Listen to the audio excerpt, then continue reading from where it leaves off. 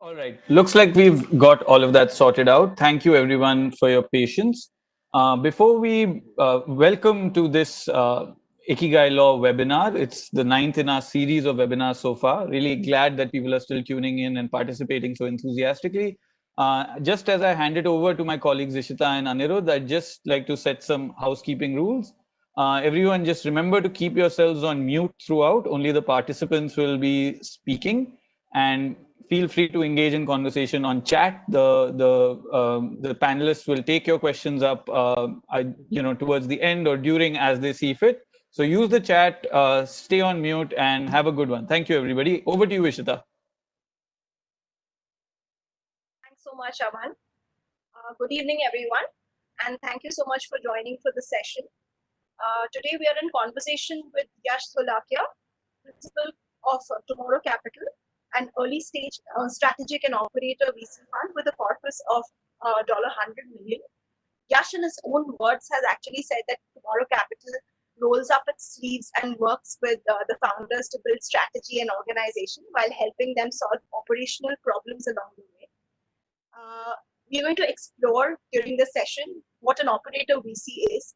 An operator VC is a unique type of a VC in that it positions itself as a portfolio operator, has much lower dependency on its portfolio's management in terms of driving and scaling the portfolio's growth. And has become a very, very popular model of late because founders right now are not just seeking institutional financial support, but are also looking to get institutionalized mentorship and functional expertise from their operational VCs. Some of the very, very good examples that have come up in the recent times is Google Ventures, which is more than a $4.5 billion corpus under its management. Google Ventures promotes itself as an operator at heart and has, in fact, built itself on the model of convene, learn, and reflect models. What it basically expects is to convene with the portfolio management on a regular basis, learn from the mistakes that the portfolio makes, and continuously sort of help and scale them in terms of the sustainable growth, and reflect on the possible issues that the portfolio. So it has a very active and proactive operator VC model in place. Another really good example of this is Andreessen Horowitz. This fund is a Silicon Valley fund based out of California, which has around $12 billion under its management. Andreessen Horowitz basically is again unique in its positioning, just like any other operator fund, wherein it has certain general partners who were previous operators in the business, who know the business in and out, have domain expertise, and therefore they actively monitor and partner with their portfolio managers and operators by channelizing widespread network to these portfolio companies. Tomorrow Capital is one of the very unique and one of the only funds in India which is based out of this operator VC fund model. And Tomorrow Capital in and of itself is very, very aggressive when it comes to strategic expertise. It is hands-on in its operational support to its portfolio companies. It helps out its portfolio companies through branding, marketing, distribution, and we will actually delve more at length into what exactly and what kind of value add Tomorrow Capital brings into its portfolio companies deeper through this session. I will now like to introduce the external speaker, Yash, who's the principal of Tomorrow Capital, and I would love to hear more about the operator VC fund model from you, Yash, in your own words. That was a really good introduction. So, I mean, kind of picking up from what you said earlier, right? I think globally, a lot of funds and entrepreneurs realize that, especially at early stage, building a large and successful business requires a lot of one would say assistance and guidance beyond capital, right? And I think what we've seen in the last few years in India, especially at the early stage and globally, is that capital's become largely a commodity because you have multiple sources of capital available now. You have a lot of organization happening at the angel side. You've got angel funds. You've got a lot of reasonably larger seed investors at early stage. There are a lot of different investors who come in with their own different niches that they sort of look at. But I think some competencies, some raw materials required for growth and for building a business remain largely secular, right? So the idea for an operator VC model per se largely remains that at a very early stage, when you are typically kind of interacting with a core founding team which has figured out a great product idea, right? And at a lot of times, you know, gotten the product, shipped the product, gotten it ready, and have established a certain level of product market fit. But translating a product or an idea or a business opportunity into a business requires a lot of institutionalization and structure, right? That's where operator VCs typically tend to sort of help and accelerate and catalyze that process. So our idea at Tomorrow Capital, when we set out, was to look at opportunities, primarily in the consumer space, because we believe that there's always been the story of large consumption brands, coming out of India for India. And what we noticed in terms of our understanding of the market, in terms of all the initial work that we did, was that at early stages, all of these entrepreneurs and companies, especially in the consumer space, find it difficult to build a lot of the important pieces along with going with the core product, because I think one of the things that you would sort of notice as being a difference between enterprise and consumer is that in consumer, distribution and branding is a lot more involved and execution heavy, right, as compared to enterprise, where you build for a smaller number of consumers and customers, and you have a much better interaction and engagement with them to be able to build that. So our idea was that in the consumer space, whether it's products, services, or marketplaces, how can we create more value beyond just capital at an initial stage?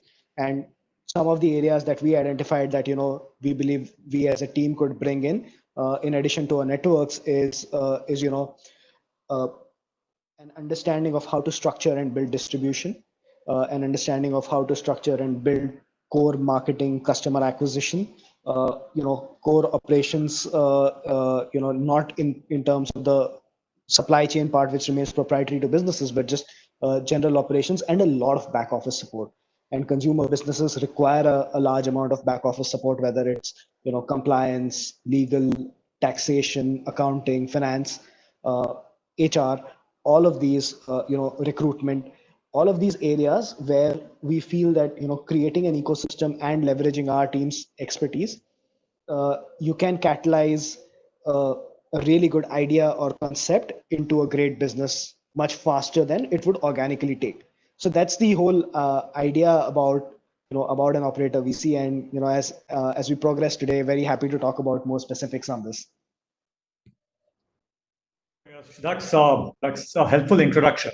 But for the benefit of our audience, tell us that, see, a traditional VC also provides access to its networks. You also have, somebody sitting on the board providing easy access to mentorship, advice. Typically, if you see most venture, institutional VCs ultimately have people who have some kind of operational expertise, or have seen or have invested across sectors in multiple companies and seen them through cycles, right? So you're typically able to provide rich mentorship and guidance. And very often startups do look to their investors, whether they're operators or not, for that kind of support.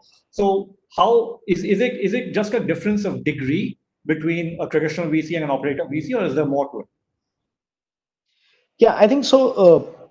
So you're completely accurate on that, Anirudh, when you say that. I think today every investor looks at avenues and opportunities of adding value, right? Because at the end of the day, as investors, we believe the more value we add, the higher the chances of success of our investee companies, and ultimately our our success as an investor happens. Uh, Typically, and like you mentioned, right, most investors would have board observer or a board role, and would be available to create access, provide mentorship, and it's kind of let's say not as heavy touch, right, as may sometimes be required. I think the difference between us and them, one to a large extent, is degree. Okay, I think our involvement comes in as almost loaning you a couple of entrepreneur in residences for each business that we invest in. So the way we are structured is that we work almost like you can think of it like a consulting assignment where uh, uh, you know you work for 4 days or 5 days a week with your portfolio company. So for us, our investee company, instead of us being the investor and them being accountable to us, we take accountability to our investee company in terms of working with them. Like we said, rolling up our sleeves, going in, taking operational roles, filling in for operational gaps that exist, uh, running that piece and building it to a point where within a finite amount of time and within a finite milestone, you are able to build organizational capability over there. So what happens is that it's at the end of the day, if you look at an early stage organization, one of the biggest currency for them is time and bandwidth, right? Because you just got to keep growing and moving on to the next milestone, to keep growing and build a uh, build defendable moats as you keep going. And uh, scale also allows you to attract talent, right? At a very early stage, the kind of operating talent that you may need may be reluctant to kind of come in. So it acts as a bridge, right? It helps in identifying and working very deeply with a founder on understanding operational issues, on understanding the market dynamics, and being that additional, it's almost like being the third or fourth co-founder that you have available to you know do the work when it's required, and also at a lot of times help build pieces that you are help build pieces so that you focus on the real the core to your strengths. And all of that, then when you stitch it together, uh, ultimately leads to a much faster outcome of what we believe great teams would ultimately achieve anyways, right? So I think in no way does an operating or a non-operating model remove the emphasis from having founders who are ultimately very committed and great at their space, have a certain level of proprietary insight into what they are doing, right? And want to execute that greatly. I think it just adds a layer of execution which they otherwise wouldn't have at that point of time, and that greatly accelerates it. The other thing that it helps with is that as someone who's coming in with an operational lens, uh, the empathy with the founders and with the organization is that much more higher, right? Because you're going in and you're saying, okay, you're not a board observer from the outside who's saying, why don't you try to do this, or why don't you try to do that, and give 5 suggestions every new call that you are on. uh, Over here it's like, okay, is this something that's worth doing, and can we take a stab at it? And once we've kind of and we can figure out a common path in terms of how we get there, and once we've gotten there, we're going to package it and build it well in a manner that it gets handed back to the organization. So that's I think one of the ways in which we look at differentiation. And it's also uh, in a way how we've been able to structure our organization. We look at ourselves also as a bit of a startup and an operating organization. So I think our organization has been built around operating capabilities and the ability to add value to businesses through uh, through operations, marketing, building distribution, a lot of expertise in building large brands over time. And, then very specific areas like analytics and so on. So I think the idea is to kind of have a mix of also committing at our end by building our organization to suit the needs of what an operator VC actually requires, and not just being, a couple of guys with great experience who will, be available on calls and add a lot of value. And I think, in no way is one saying that that's not a great model. I think that's a fabulous model, uh, and it works very well for for a lot of founders. But if you ask any of those investors if they had if they would have liked to concentrate themselves on 4 or 5 and spend quality time helping execute, I think a lot of them would say they would want to do that. So, we've taken the call to keep that, even the portfolio focus. So we don't look at it as saying, if we like a certain space, let's take 2 or 3 bets and see which one plays out, right? Of 2 or 3 different kind of models. We look at a space that we like, we look at a team that we like, and we take one and we back it. And the idea is to kind of commit to it in a manner that we can continuously add value, and we are 100% aligned and committed there. Interesting. And as Ishita and I know, having worked on multiple deals with you, that it's difficult to get Yash and his colleagues on a call on a Monday, because apparently Monday is the day when you all huddle together as a team, and every Monday you discuss every single portfolio company, what's happened in the week. You take inputs from the entrepreneurs and your own operators who are engaged. Yes. So that's a very you guys are very hands-on in running your business and keeping track of it on a weekly basis. Do you want to tell us a little more about that kind of ritual?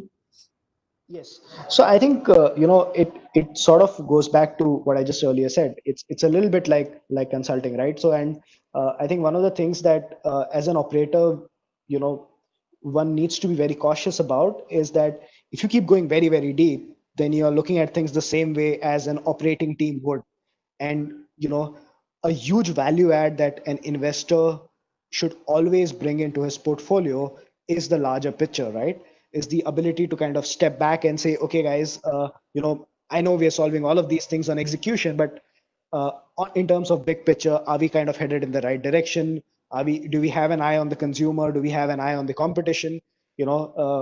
So uh, ritualizing the fact that once in a week or once in a fortnight, depending on how much time you can allocate, you take a step back, you look at your key matrix and you sort of discuss it with a larger group, uh, allows you to kind of keep bringing that perspective back, right? So I think the idea is that while you're spending 80%, 70 to 80% of your time with the portfolio company, executing with them, uh, at times actually executing. Like we've taken sales roles and operations roles in our portfolio companies for for months, but at the same time the ability to come back, look at it from a slightly distant lens, uh, look at it vis-a-vis the rest of your portfolio, drive cross learnings in terms of, okay, if you're facing a certain operational challenge in terms of possibly recruitment or training, or how you are building your tech stack versus another part of the portfolio which is maybe doing something better, drawing on those learnings and being able to share them. So I think there's uh, you know it's about going very deep and periodically coming back up, taking the larger view, consolidating that learning and then going back again. Great. So Yash, there are really two key takeaways for me so far, right? One is that um, this idea is not something that has just come about, right? You have built your organization in a manner that supports that this idea, right? Right from the people you've hired, for instance, with deep operational capabilities, etc. And you built it up ground up. You built it up right from the beginning. That's one. The second is these rituals, right? You're spending a lot of time on the ground with these companies. Uh, Yes. so my question is, why do this in the first place, right? What is the kind of strategic incentive for Tomorrow Capital to commit this time to build an organization in this manner?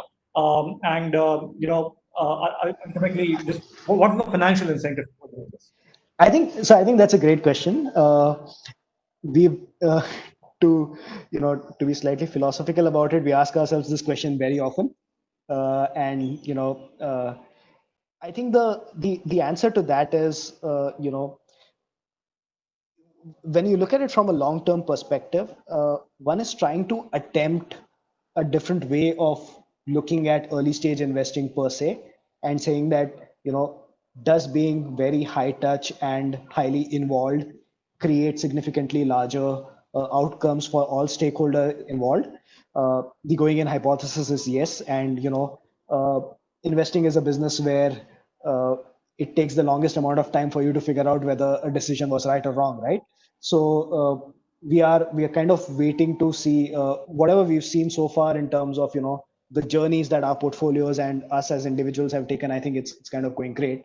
To come back to your question around how does it make sense financially, I think we've taken a conscious call to today absorb the additional cost and pressure that it puts on us, uh, which we are lucky in terms of having very supportive principal investors who are willing to take that cost on the first set of companies that we invest with, to later be able to figure out and tweak, okay, when we do our 10th or 15th portfolio company, how are we going to optimize it, right? So I think financially, uh, one would like to believe that it should improve your hit rate, so to say, as an investor, and have much more successes as compared to one-off outlier successes, which is about being right place, right time, right stage, right? So that's I think one of our large incentives around it. The other is that I think we look at all of each one of ourselves internally as as entrepreneurs who are working with these businesses and helping build them. So a large part of the satisfaction comes in us as individuals, and it again goes back to the kind of people who are working on it and the team that we are structuring. Us as individuals, each one of us having the satisfaction of spending sizable time in depth on building each business. So I think financially, I think it's premature to say whether this will have disproportionate results as compared to the conventional VC, because I think we'd have to see a cycle to kind of go through that. One would like to believe that yes, it should have a higher or a better risk return, value coming out of it as compared to otherwise, because you know I think the fundamental belief is that depth always generates higher value than breadth, right? Whether you ask any of the really large, investors, if you are an active investor, whether you're doing public markets or early stage or private markets or uh, debt or equity, ultimately it's the depth that creates value. And we are trying to see that at an early stage, one is a sector that we've taken a call of doing consumer, but by being operators ourselves and adding that depth of execution, can that depth translate into significantly better outcomes? Yash, I just had a follow-on question to Anirudh's question. So, just in terms of when you say depth, right? Want to understand from you. Do you typically have to have a large number of or a large number of teammates or a large resource pool to dive into to be able to kind of commit that kind of human capital to the various portfolios? How does that work at the back end of in terms of your interaction with the portfolio? Yeah, so I think yes, you would require a larger sort of resource pool and slightly top heavy at that to be able to kind of commit this level of depth. It also means that you can't have too many concurrent investments running, right? Which is a conscious call that we are comfortable with, that we would at any point of time not have more than 4 or 5 active portfolio companies. The other thing is that you also sort of structure your team to be the core operating team, which will operating and investing team, which will work with the founders, plus a platform back office team, which includes HR, finance, compliance, accounts, which can go in and really help set up things very quickly. So a combination of these two allows you to kind of then be able to build it, right? So I think one of our big learnings, and this is something that we share with our founders also, if you as an organization want to achieve an outcome, unless you are investing as an organization in building that structure or building that committed bandwidth in the organization, it's going to be difficult to achieve it, right? So one can set out 20 OKRs that you want to achieve, but unless you've created dedicated responsibility and resource to go and chase that OKR, it's going to be difficult because, yes, there are superheroes who can achieve a lot of things together, but those will be few and far between. Sure. Yeah, sorry, Anirudh, please go ahead. Sure. No, go on, Ishita. So Yash, you said a little bit about the fact that you have a limited number of companies in terms of how you go about your selection process, right? Yes. So, is there any criteria or is there any kind of key metrics you look at, some sector-specific focus you have, where you look to sort of bring in your synergies? How does that work? Got it. Yeah. So I think at a top-down level, our filters are largely around, uh, a- as a broad basket, consumer, right? And consumer is products, services, or a mix. Uh, Things where there is a clear opportunity to build a sizable consumer brand. So we typically look for areas which are large markets, which may have traditionally been highly fragmented, okay, which may have had a very low, CSAT level over the years, owing to the nature of providers in that space. Uh, it could be about, a huge fundamental market need that's getting serviced, but you see a change in the delivery of that happening over time, right? So we look at those kinds of models. So for us, consumer is the overarching theme. There has to be the potential to build a consumer brand, and by extension, naturally, you would look for, a clear differentiation. It's either in terms of addressing a market that's not getting serviced adequately, or having a different product or a different product delivery mechanism, right? So within consumer, I think the spaces that we've kind of identified as being of high interest to us. Education remains a large area of interest. Healthcare remains a large area of interest. The overall home and interiors space remains an area of large interest. I think uh, retail per se, and that sort of spans across the essentials plus non-essential space, remains an area of interest. Health and fitness or wellness remains an area of interest. And at different points of time, we look at each of these spaces and try and identify what's the macro thesis that we are very, very bullish about, and then you look at the micro execution that's happening over there. So broadly, these spaces, and I think one of the other filters for us is that our ability to understand these spaces and add value, right? So you know and we are fairly clear about a few things, right? So we are not investors who come in with the uh, you know with the kind of expertise that we would be able to go and evaluate possibly a blockchain startup, right? Because I think we may understand businesses from first principles, but we may not understand the specific technology involved there. So those are some of the other filters that come in terms of your ability to you know very well understand the business, and hence be able to identify ultimately how you're going to add value. So I think one of the very important questions that we ask ourselves whenever we are evaluating an opportunity is, how are we in a position to add value to this business beyond capital?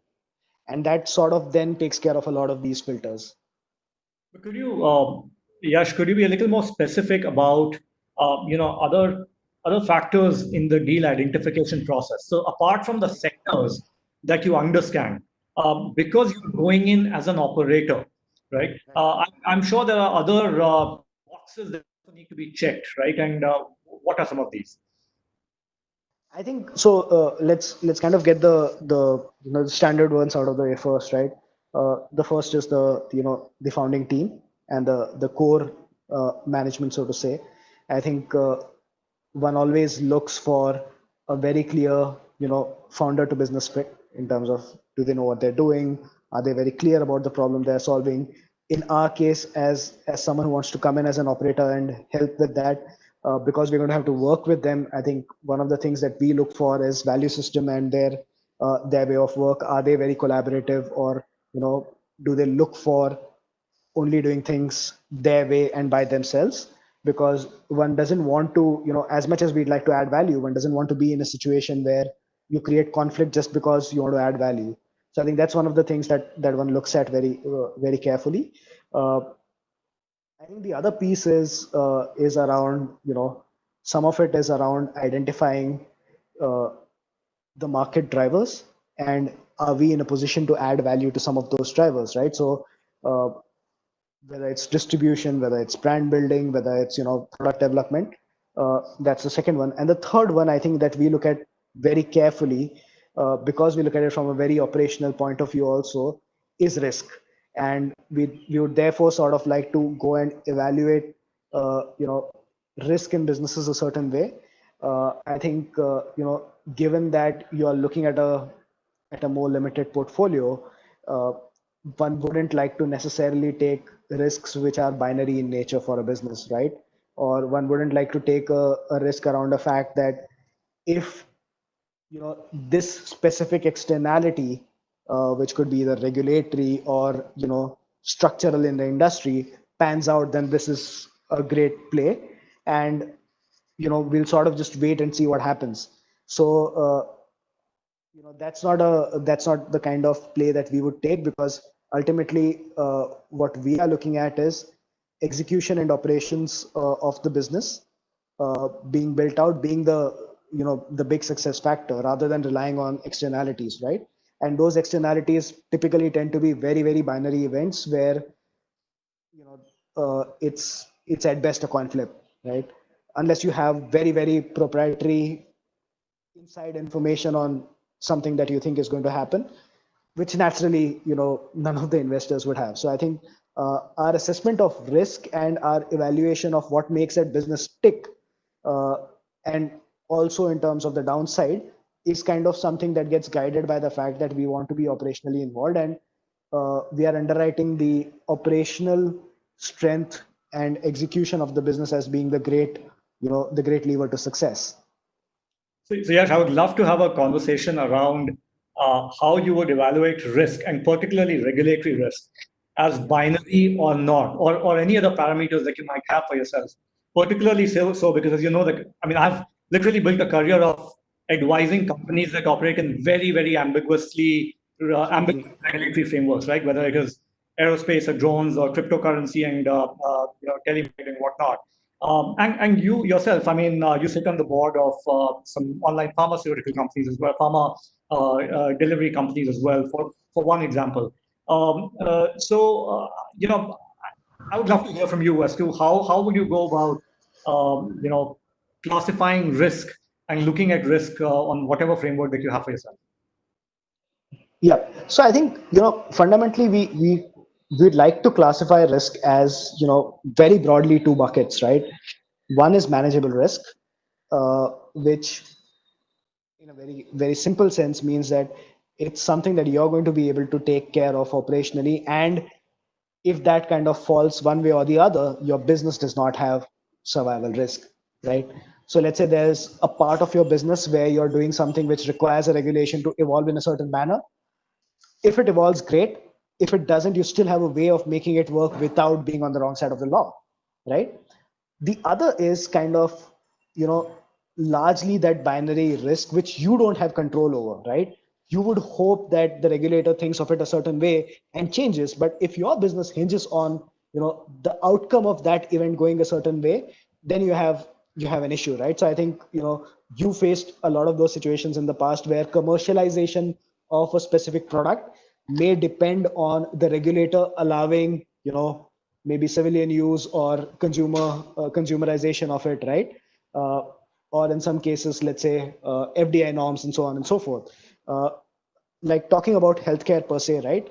I think within healthcare there are a myriad of laws, right, which exist from 50 to 100 years old, which have which are very open to interpretation at times, right? On whether something needs to be recorded or preserved or evaluated, or recorded or examined, right? Recorded, preserved, or examined, and that there are reasonably clear precedents of how regulators act on it. At the same time, you also know that you have the ability to kind of operationalize whatever is required to handle that risk. And if a certain provision changes, then you might have a significant, you know, significantly better outcome in the future, right? So let's take pharmacies for example. I think one of the things that pharmacies have dealt with of late was, clarity around e-pharmacies, right? The regulatory guidelines on e-pharmacies. So and we've had multiple cases of e-pharmacies being asked to, stop business because of regulators and courts taking certain views. Uh, when we looked at our portfolio, which is a retail pharmacy first, and then the deliveries and all the omni-channel networks, uh, we figured that the core business, which is a retail pharmacy, has has a very strong moat in terms of what they do and how they service consumers, what they provide, how they kind of provide value to the consumers in terms of savings. Uh, is very clearly compliant in all forms, and can have significant value addition when uh, e-pharmacy laws or guidelines around deliveries and all of those things become more clearer, because you've got a hyperlocal distribution already in place, right? And the supply chain and distribution being already in place, and you built your tech stack to be able to allow you to operate it in a certain way. I think for us that classified as a very manageable risk, that if those things didn't pan out soon enough, then you'd make good returns, maybe not as great in terms of the alpha coming in that early, but if that happens, then you're really well positioned to capitalize on that, right? uh, Let me take an example of something that we sort of evaluated and looked at and then decided that is not necessarily something that we are very comfortable taking as a risk, right? And one would argue whether it's ultimately a risk to take or not. uh, I think we looked at something in the intercity transport space, right? Which is in passenger transport systems, and we realized that while the business is great from a macro perspective, India has a huge amount of intercity movement at very regular levels in terms of migrants coming in to the large cities and going back very periodically for work, for leisure, everything. And it's an extremely unorganized space, right? Lots and lots of small operators with, again, at a consumer level, very very bad NPSs. So we looked at an operator in that space. We really liked the team. We were really happy about everything. uh, and then we started going into uh, so our team started going and taking trips on these on these providers and talking to the drivers and the cleaners and all of those guys. And we realized one of the things was that I think a part of the economics of that business, right, which kind of becomes critical today before you kind of evolve to a certain pricing power, is that the cargo under the bus is not necessarily just the cargo carried by the passengers, and hence that kind of exposes you to a variety of risks, right? Um, Now, as someone who would like to have been an operator in that business, we sort of did our diligence on on the regulatory side and all of those things, and we figured that that's not a risk that we were comfortable taking, right? And one of the funny things that we realized was that when we spoke to some of our colleagues in the industry who kind of evaluated and sometimes invested in a similar space, and we spoke about, okay, how do you look at managing this? Uh, they said we've never had to look at it because we've looked at the rest of it, and it looks great. So I think there, someone for whom it's a small part of their portfolio is kind of more comfortable taking that risk. For us as an operator, we see if we are going to have our people on the ground as a part of that execution, I think that's a risk that we are not comfortable taking, right? So I don't think it changes the nature of whether that industry per se is attractive or not, right? Or whether that business is attractive or not. It's great, but I think for us as operators, it became a risk that we were not willing to manage or take on. Uh, and then at times you kind of just risk which you are willing to price in, right? And if you think you can price a certain risk in, which is, let's say, performance being X versus 40% or 50% of X over the short period of time, depending on what you've kind of been pitched to, then that's a different question, right? So So we look at three sort of buckets. I mean, initially I said two. One is manageable and unmanageable, and then within the within the risk that's not a no-go for us, we'll sort of just look at, can you just price it in, right? Because ultimately, if you are able to price it into a value where you know that okay, you're going to have enough capital to kind of handle that risk well, then you sort of go ahead with it. Because I think, and we work together on instances where diligences have not panned out, very well at fairly advanced stages. So I think that's the last piece on the risk side. Which brings me to a question on another question on diligence, which is that since you're going in as an operator, how differently, or do you look at your diligence differently? You're trying to look for clearly a different. You're trying to classify risks in a certain way. But what are the aspects that you're more concerned about in the diligence then? I think on the diligence bit, again we look at it very very closely as an operator, right? So a large part of what we do in our diligence becomes an input for for the manner in which we sort of look at the business going forward with the founders. So in our diligence we look at each and every input that goes into the business, um, question it and stress test it to a fair degree, while working with all the stakeholders in the ecosystem, whether it's suppliers, distributors, consumers, all of it. So I think there's a large part there that we look at in terms of diligence. I think a huge amount of our diligence is also around very strong founder ref checks, because that's one of the things that you want to kind of make sure that you get right. And a soft diligence for us is that because I think we spend a reasonable amount of time with the company before we sort of invest, right? Is about the comfort of being able to work together, right? Because I think otherwise it's sort of lip service to say that we'll come in and add value, but when you try to go and work together, you're not going to be able to work because you have very very varied styles. So that's another piece that one looks at as a part of your due diligence per se. I think the rest of it is your standard financial, legal diligences. I think as an operator, a lot of times diligence opens up interesting avenues of opportunities in the businesses that one may or may not have considered earlier. And that's primarily because you kind of go in and start looking at it very much as an operator. So I think the one of the objectives of the diligence exercise for us is that by the end of the diligence, we should be able to, be comfortable about understanding that business, and you know, be in a position that we know we can add operating value to that business. So we understand all the drivers and on the ground realities of that business very well.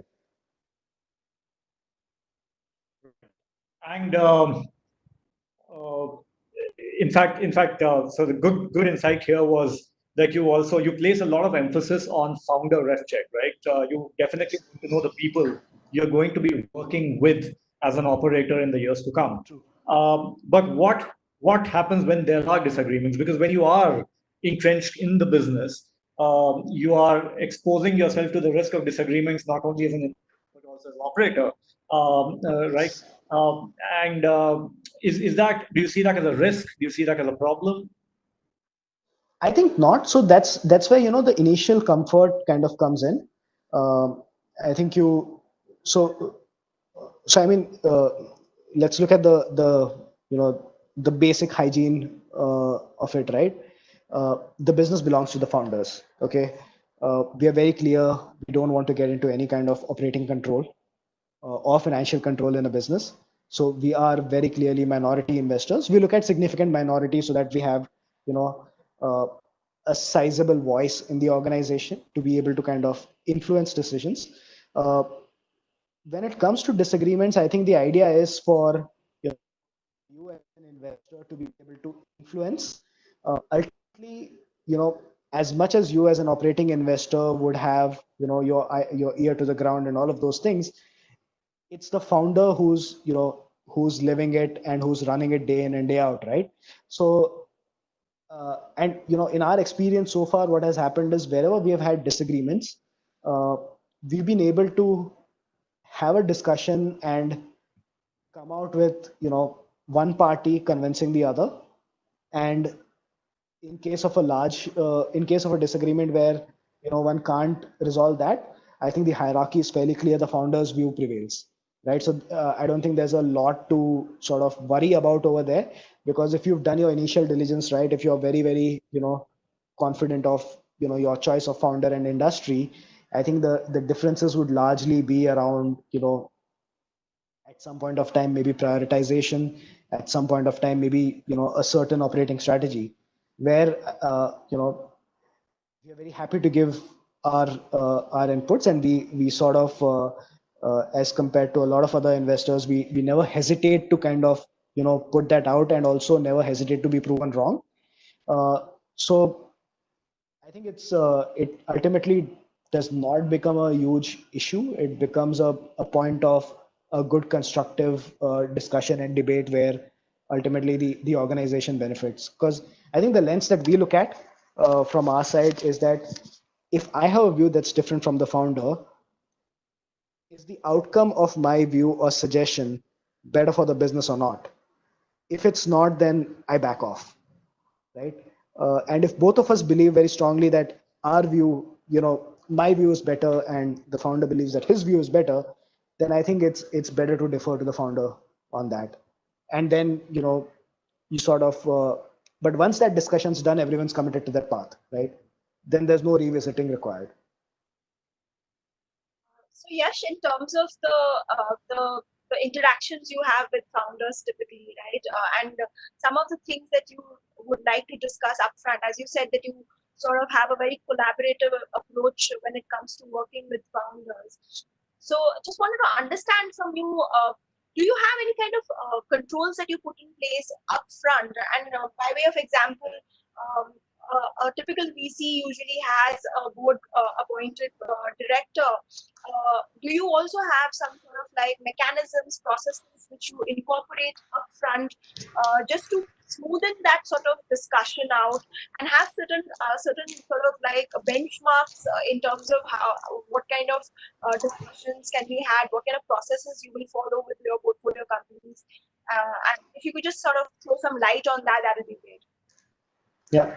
So I think we typically have the standard investor protection terms, which kind of exist everywhere. So you'll have I think a slightly more comprehensive set of affirmative votes and major matters that we'll sort of look at, which allows for you know any large deviations from a pre-agreed kind of a path in the business to require a discussion, right, and agreement. We do take board representation, and we also sort of I think we are still early in that journey, but I think our aim is to have very well represented boards in the companies that we are investing in, with good external independent board directors coming in soon. So the idea is to have an organization be fairly well accountable to its board, which initially comprises of the founders and the initial investors. But as time goes, you want organizations to be uh, willing to be answerable and accountable to an independent board. So that's one of the things that we try to sort of build for. We look to build compliance processes in that same manner, right? In terms of the way we like to do board meetings, in terms of the way we would want to conduct AGMs and everything, so that you kind of bring that sense of formalization and institutionalization from a early stage in an organization. And I think in terms of ensuring that conversation around the key issues happens, uh, I think it doesn't require a lot more than just the having a reasonably tight set of AVMs. I think that kind of takes care of most things. And then when you are reasonably working closely with the founders, most of these discussions happen at an informal level.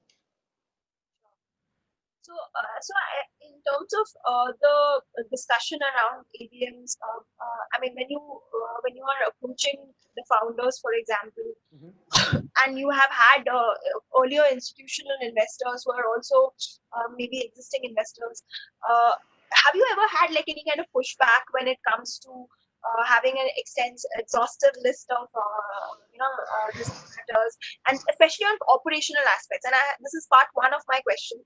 Part two of my question is, how do you sort of factor in the risk that that the director is taking on board, right? Because once you become an operational director, you're very much engaging as an executive director in that capacity. So do you take that risk into factor as well? So these are the two things that I would like to know better.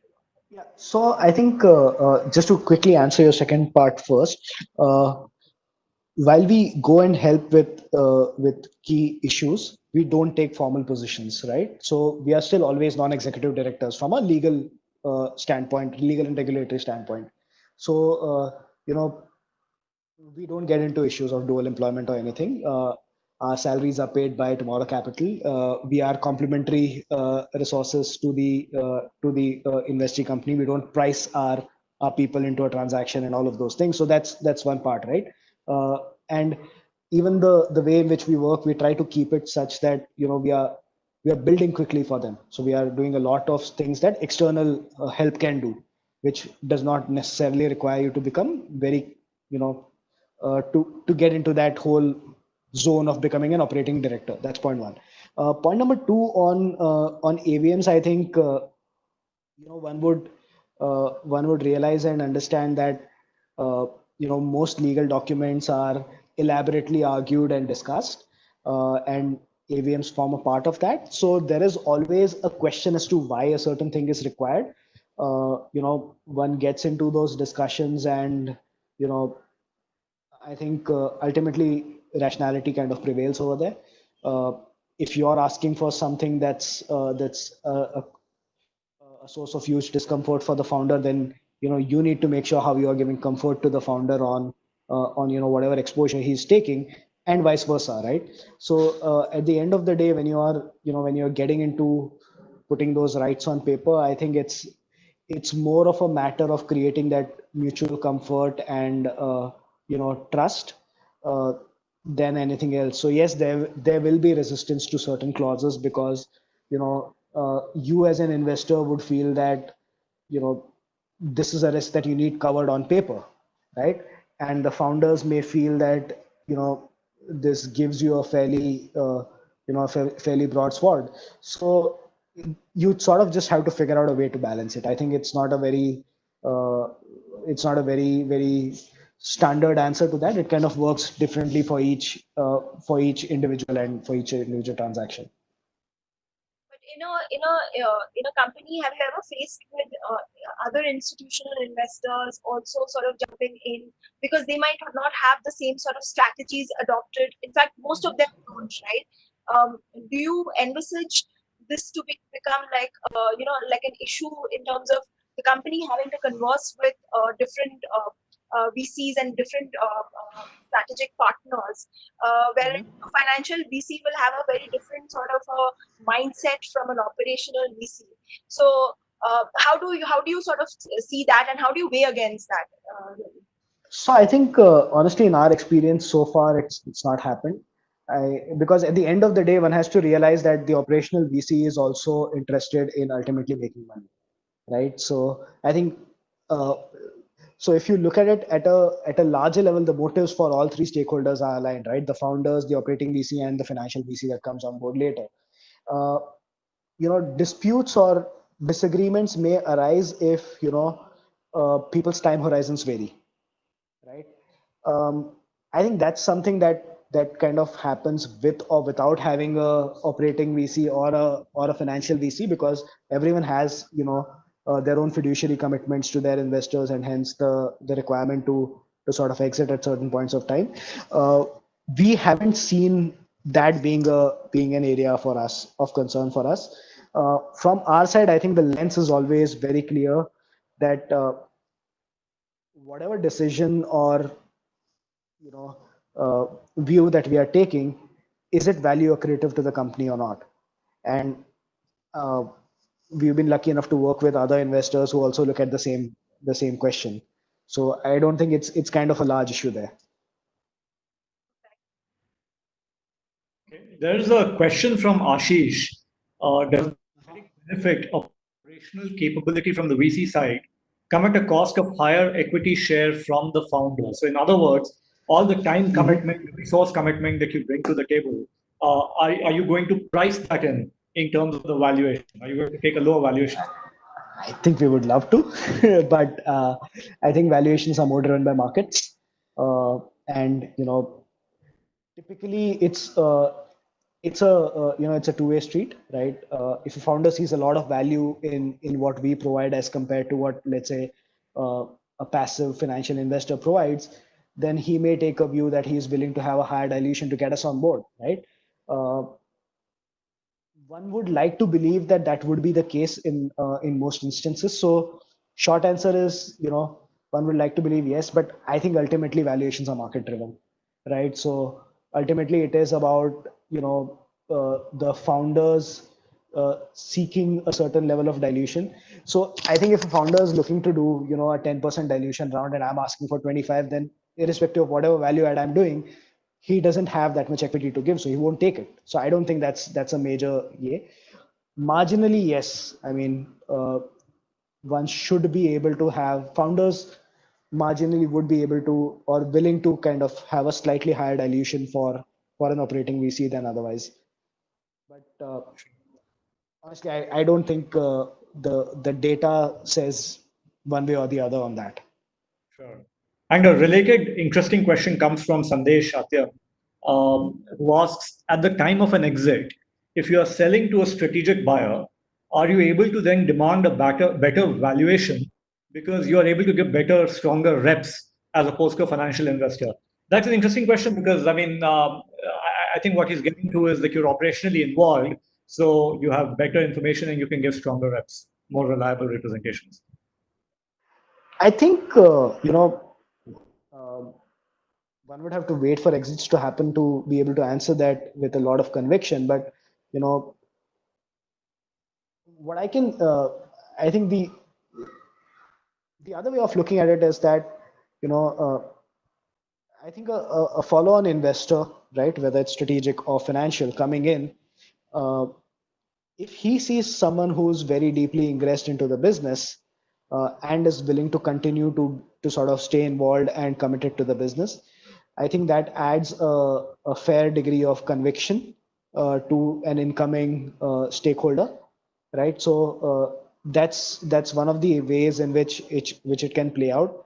I think the ability to give stronger reps or weaker again goes into a bit of a legal risk perspective, which is kind of difficult to comment on, at a very broad level. On a case to case level, one would have to look at it, right?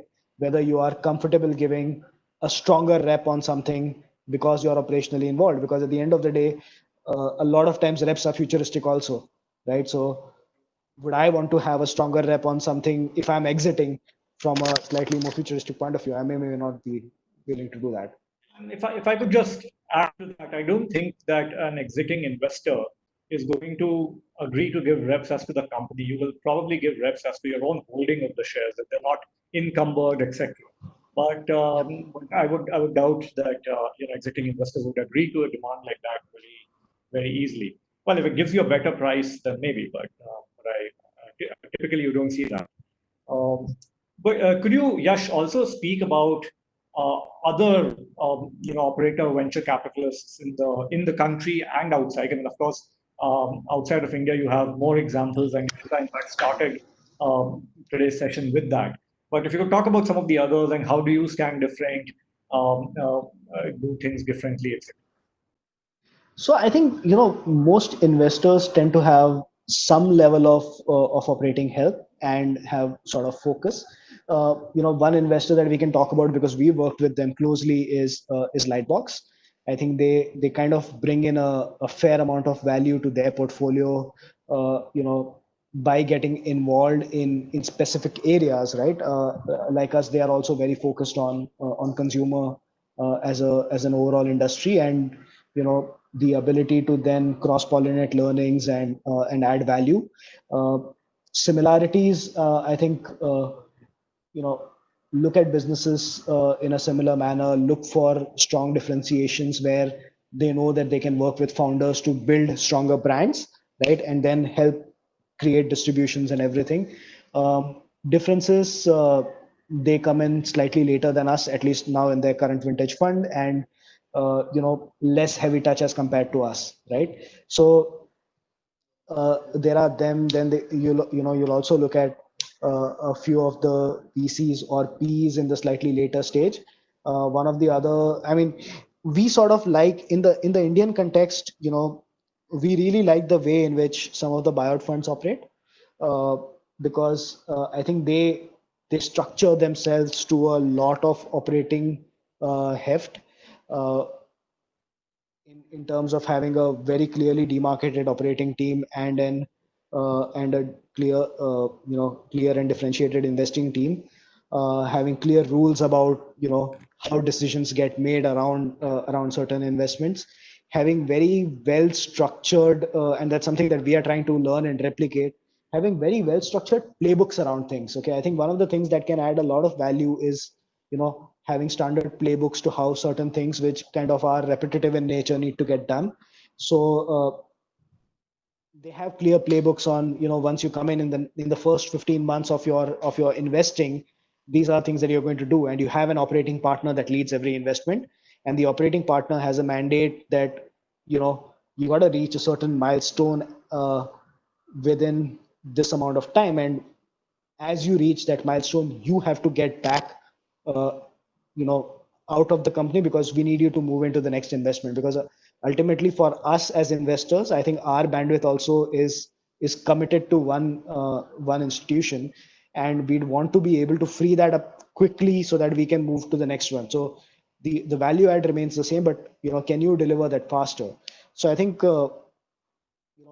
In terms of consumer, I think a bunch of other VCs have their own sort of specific value adds. I think we know a couple of VCs who have uh, a strong, clearly defined ecosystem of partners, whether it's partners for building your website, partners for building uh, your digital marketing and your product packaging per se. Uh, so you have a bunch of those models in the country that different companies and investors look at. I think few of them do the heavy lifting that we do.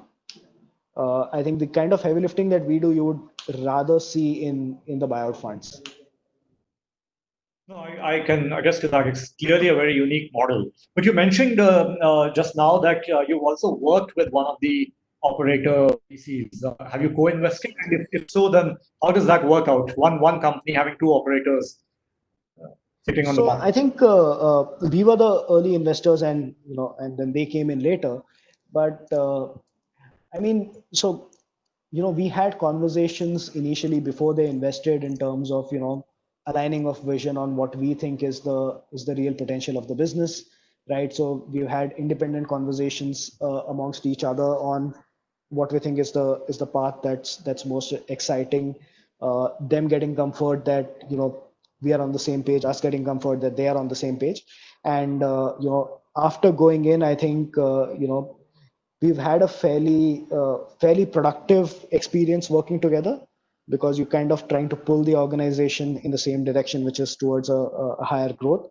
And it's a good balance, one would say, of uh, each investor bringing in different perspectives and different learnings. So I think uh, having multiple investors who look to add value or have operating intent is uh, is not very you know it's not unmanageable. I think a few things that help in that is, you set ground rules initially in terms of what areas do you want to get involved in, what areas does the other investor want to get involved in. Uh, it helps that those ground rules are set by the founders, because they are the ones who kind of the common link. Once that's done, I think it's kind of about everyone working towards the same objective. So just to be clear, your conversations with Lightbox started even before they invested in the company. Absolutely, yeah. which is very interesting because it doesn't happen. I mean, an investor coming on the cap table need not necessarily engage with existing investors, but here it makes sense because of the kind of roles that you were taking in the company. Yes, yes. So I think it kind of, if I'm an investor going into a company and I know that someone's been deeply involved there, and we've had some of these conversations in a couple of businesses that we are evaluating. Um, so if I have a conversation with the existing investor and the existing investor talks more about the weaknesses and the gaps and what he has had to do rather than what he's done uh, because he sort of thought it's a lot of value. It also tells you a lot about about the founders and the business, right? So we've had conversations where existing investors have kind of told us that these are the things that where we've had to control the founders, or we've had to manage the founders and make sure that they're doing things a certain way, versus saying that okay, we worked with the founders, we think they're really good at this, and we've been able to work with them on 1 2 3 areas where while they are building the core, we sort of helped bridge a little bit of the gap on the talent, so that that conversation becomes very is a big signaling point for an incoming investor, right? So I think that that's sort of a thing one expects to keep happening in the future also. So even in conversations that we have about our other companies and with other investors, I think one of the other things that Anirudh really helps, and this is from a bit of hindsight, is uh, as an investor, if you've really gone deep into a business, it allows you to it allows you to communicate with the rest of the investors also very differently. I think your conversations are richer. You as an investor are always able to, go and reach out to a lot of other people in the industry to kind of find specific solutions for the business, right? Not just about funding, but because you are aware of very specific kind of key issues, you can find those specific areas of value add that are required, and that could be very operational in nature. So when we work with our portfolio companies, you know we do this thing called as Friends of Tomorrow Capital, where we try and bring in operating guys from the industry to come in and sort of help help understand the space and the operating challenges of business. So you have a founder to founder conversation, which which I think a lot of investors always encourage, and I think that's a great cross learning experience. And founders over time build fabulous networks of their own. And then you have conversations for the founders or the operating team in the company with other operators, right? So let's say you're looking at something in retail, so a conversation with someone who's heading retail for a national brand with early stage retail startup would allow the early stage startup to kind of learn a lot of things about, okay, these are the operating challenges that I'm going to encounter. How should I structure my teams? How should I structure my operations, SOPs? Where can I learn from? Where can I build training from? All of those things. And we've seen that those little things add, they aggregate to adding a huge amount of value in the longer term.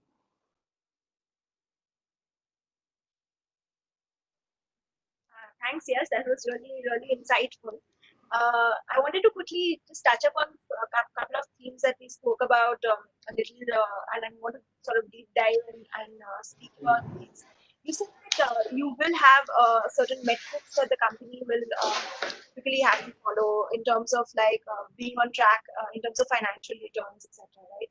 I wanted to understand from you, because you're taking a very unique position of becoming an operator VC. You do have quite a good sense of how the company is also functioning operationally on ground, right? So, do you go light on some of these, downside protections which VCs typically push for, and are you very bullish about it because you've figured out that this company requires much more hand holding? So, Yeah. things like indemnity, founder lock-in, and having an operational team in place, how do you sort of navigate these kinds of conversations and the legal contractual obligations in the docs? Yeah, so I think purely speaking from contractual obligations and protections perspective, right? Uh, one needs to understand that, however they may sound on paper, uh, no investor is going to open a piece of paper till there's a huge issue, right? You don't want to revisit a piece of paper that you signed with the founder, because that's not something that's not a place you want to go to. So if you are operationally involved, you have actually a lot of sense of what's happening and why. Um, I think the only areas where an investor would ever want to, invoke any provisions is if he feels that, uh, his investment value is getting threatened, right? So, uh, at the end of the day, the best laid plans go awry, right? So you could make great, very realistic business plans, and something can happen as an externality, or something internally breaks. Uh, I think on those, as long as the intent and the direction is very clear, I don't think we sort of one would want to take any kind of a harsh position there, because at the end of the day, you are investing in the founder and not in the in that Excel sheet that you are looking at as a projection. So one doesn't want to take that. The conversations that we have in those cases are okay. We'd hope to be here. We are here, and these are maybe some of the things that have not panned out. Is there a way that we can address these, right? Or do we need to recalibrate the numbers or the plan that we had looked at earlier?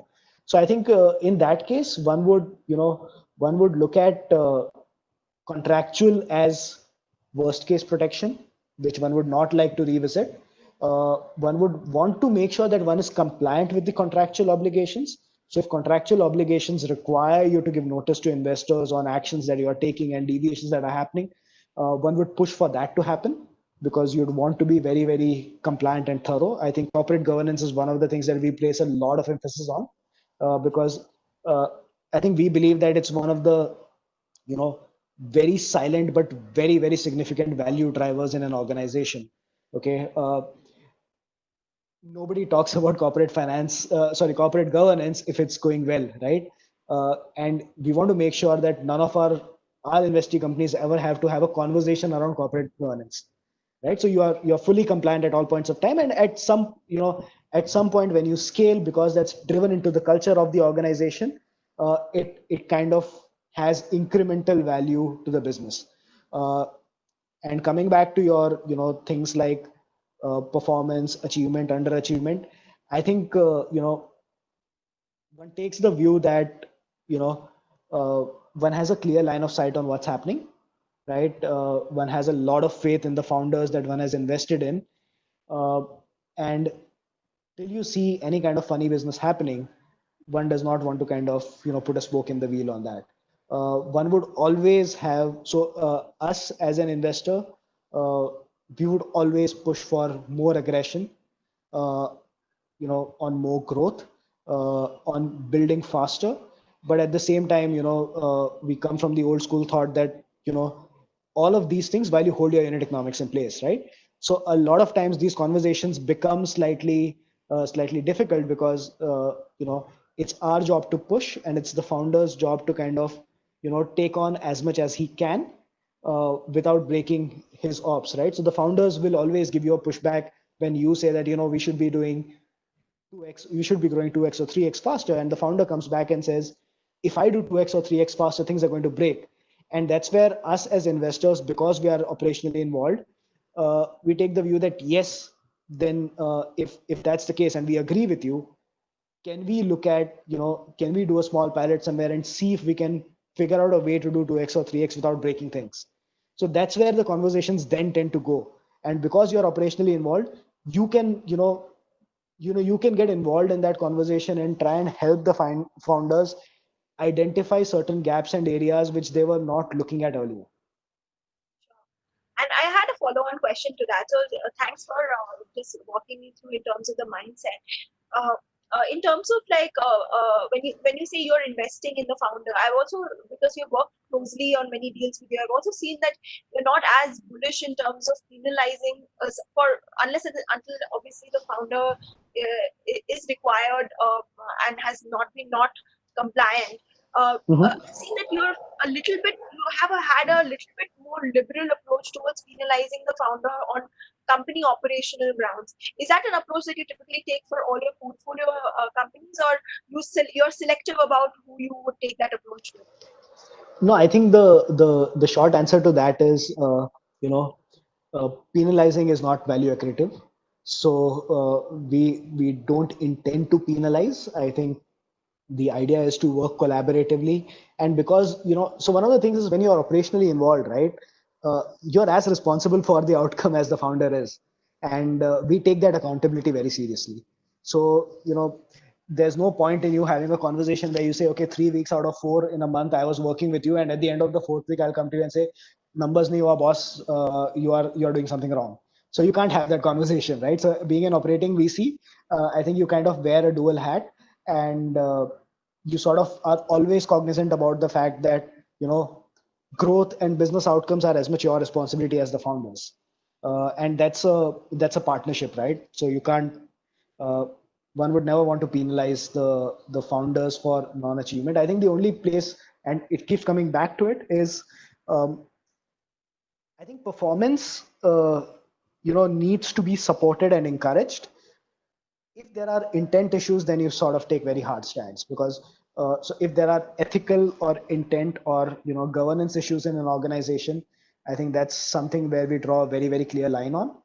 We would never want to, touchwood, we've never faced that, but we would never want to be in a position where we face that, and we would not hesitate to kind of take the necessary action, as long as intent, ethics, and corporate governance is right.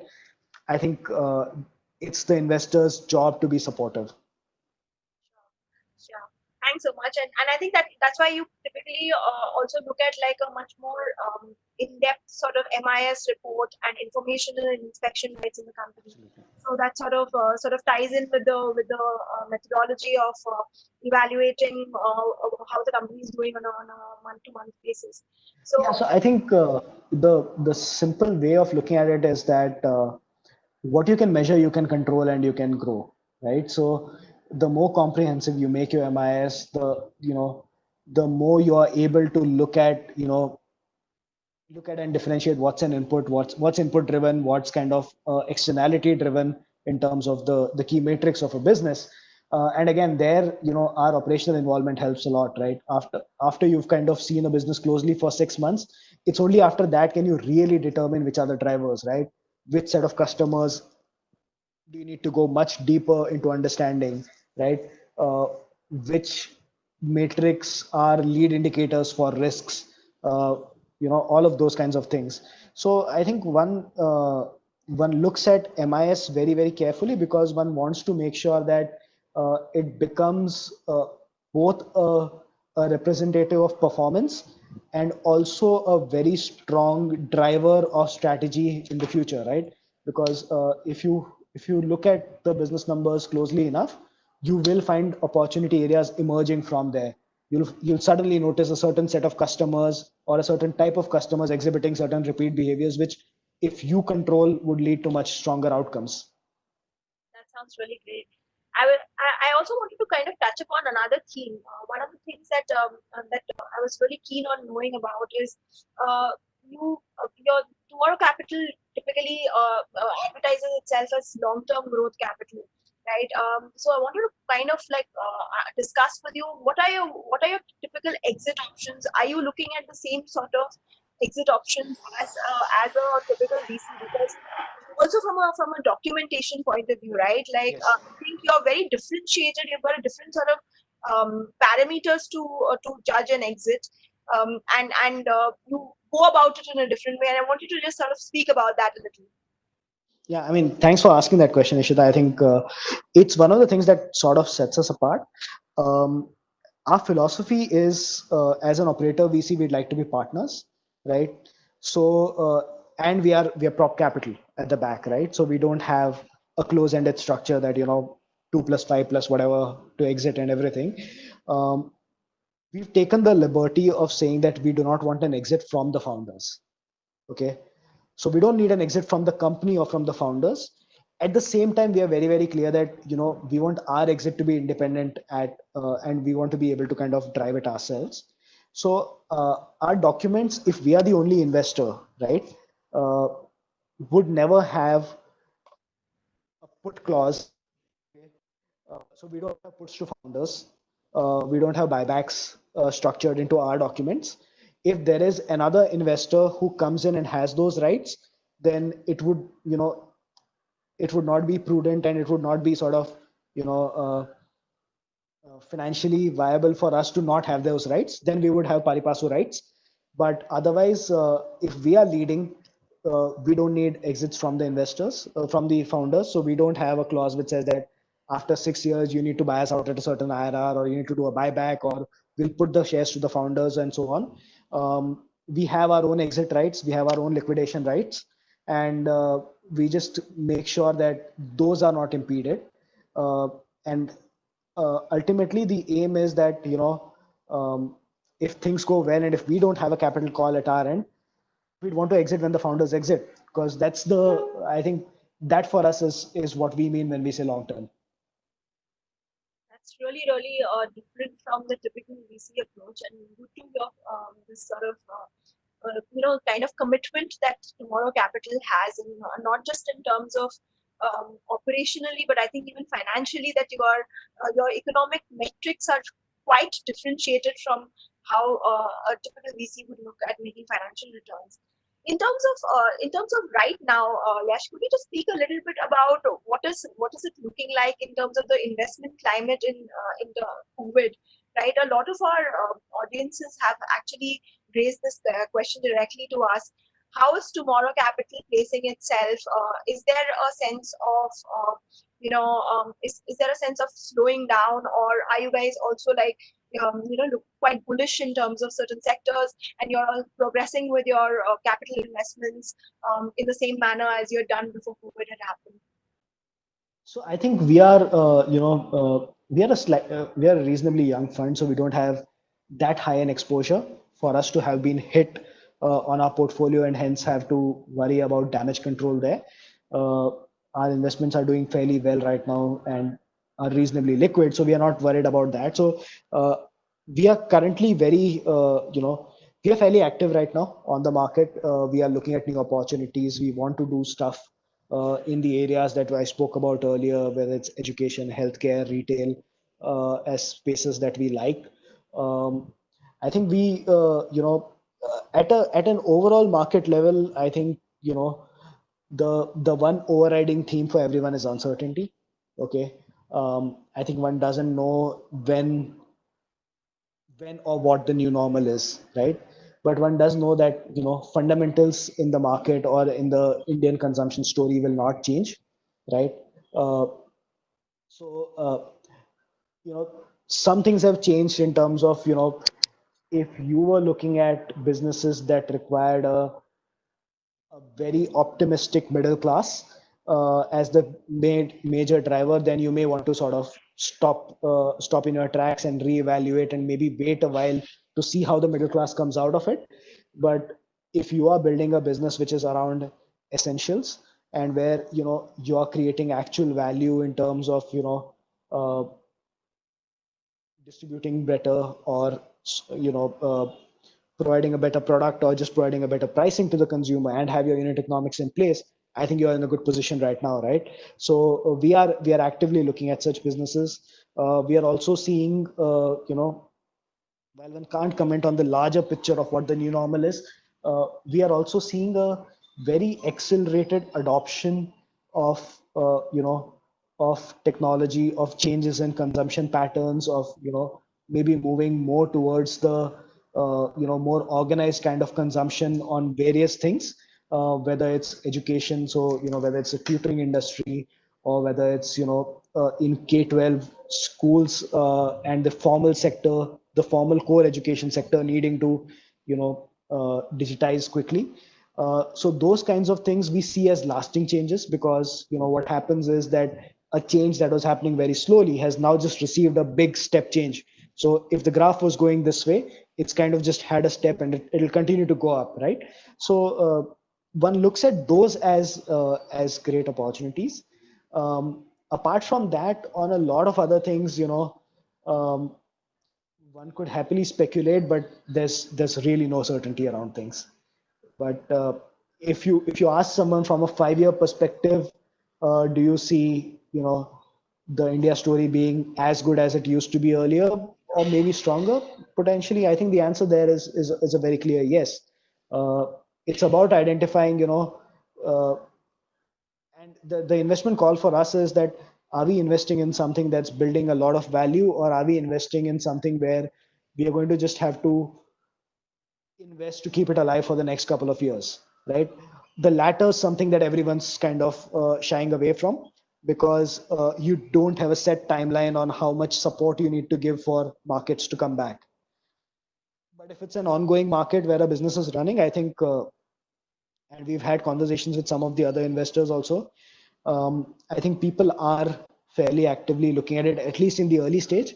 I think the Series B, C onwards has kind of fallen off a cliff, because uh, I think everyone's models have gone for a toss, right? Uh, when you have larger companies, you have larger overheads, and larger overheads with zero revenue are very painful to handle, and they are all trying to figure out how long they have to handle it for. So how much they need to dip into the reserves? Do they need to provide further financial assistance there? So we see the late stage becoming a large cause of concern in the immediate future. Early stage is still going on. At some point, the late stage might translate to the early stage in terms of types of companies, and we are seeing that reset happening, right? So we're not seeing a lot of premium consumption brands kind of getting a lot of love right now. Sure. That's really good to hear, actually, and by kind of a good optimistic note on which we can kind of wrap up today's conversation. Thanks so much, Yash, for joining us today. It was really, really great talking to you, and My thanks absolute pleasure, Ishita. for walking us through this. Yeah, always. Thanks so much, Anirudh. Pleasure always. Aman, over to you. Sure. Thanks so much, Yash. Thank you, Ishita. Thank you, Anirudh, for this engaging session. Really interesting. Thank you to our audience for joining in and participating and asking all these questions. This series, if you have any follow-up questions, do reach out to us on the email ID you see on your screen. We're on all social media as at Ikigai Law. Reach out to us, and we'll, if there are any questions which got left out.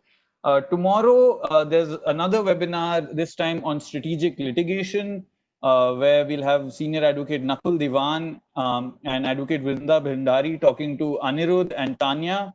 Mr. Diwan and Anirudh and Tanya were all part of the cryptocurrency litigation in the Supreme Court, and Vrinda has experience in the litigation around Aadhaar and the access to internet in Kashmir. So some a really good panel, some very interesting insights going to be there.